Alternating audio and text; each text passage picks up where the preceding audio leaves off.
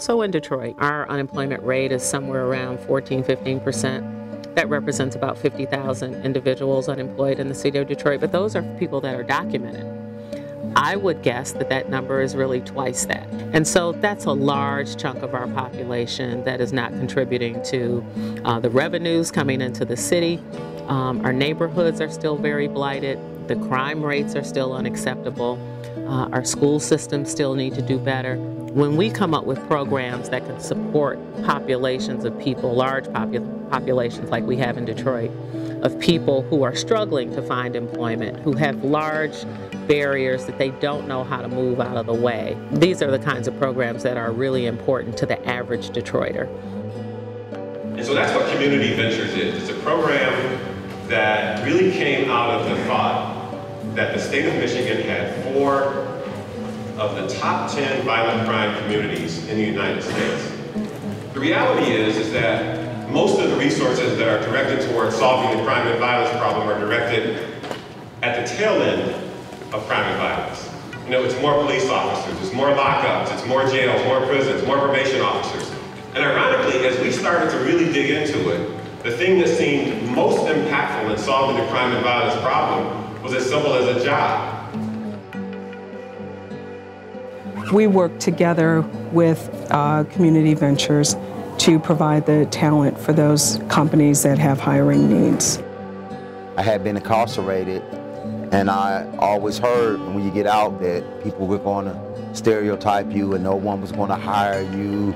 You might as well go back on the street and just make your money and hustle, you know. But I seen what it was like on the other side of those walls, and I didn't want that anymore. So that's what gave me well, the ambition and the drive to just work harder than anyone else. So we try to provide a lot of those upfront skills, and additionally, Community Ventures provides supportive services for individuals once they start employment to kind of help reinforce these are the things that you need to do to be a successful employee. In addition to barrier removal, so transportation issues, child care issues.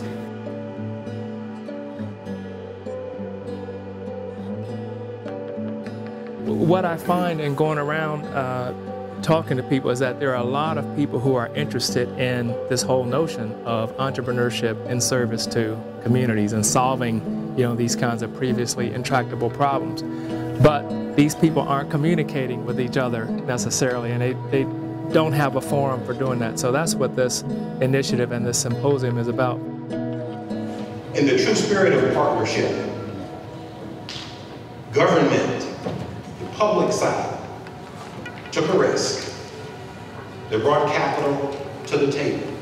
And we're pleased to see we have seen, you have seen, I'm sure, and we continue to expect to see return on that investment. The partnership is working very, very well.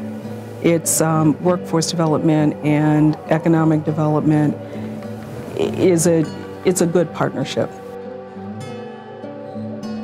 Because my vision is that instead of 1,000 people a year, maybe we got to be targeting 10,000 or 15,000. Imagine what would happen to, poverty and unemployment in our state if 10 to 15,000 people who are structurally unemployed started finding opportunities for themselves.